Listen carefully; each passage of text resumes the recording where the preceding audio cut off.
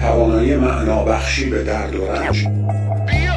درد و رنج برای ذهنها و قلب‌های بزرگ اجتناب ناپذیره. انسان‌های بزرگ در زندگی اندوه‌های بزرگ دارند. رنج همواره بخشی از تجربه زندگی انسان. تجربه درد و رنج در انسان تمایلی ناخودآگاه به مبارزه برای بقا و تمایلی برای قدرتمندتر شدن برمی‌انگیزه.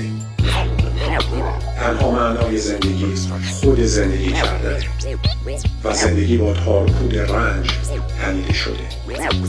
اگر درد و رنجی وجود نداشت، خوشبختی و شادی و آرامش هم بی‌معنی شد و به اعتباری زندگی بی‌معنی شد.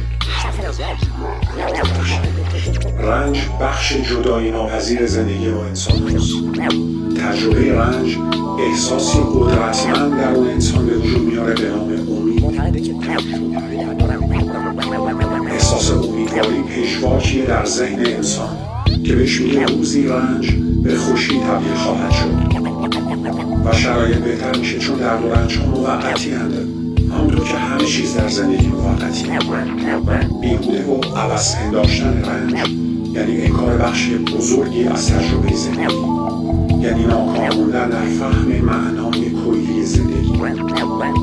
اگر پدیده رنج رو درک کنیم به عنوان عنصری که به احساس امید تبدیل میشه و نهایتا خوشبختی رو میسر میکنه، اون وقت نه تنها نسبت بهش انزجار نخواهیم داشت، بلکه رنج ها رو به عنوان بخش مهمی از زندگی در آغوش میکشیم.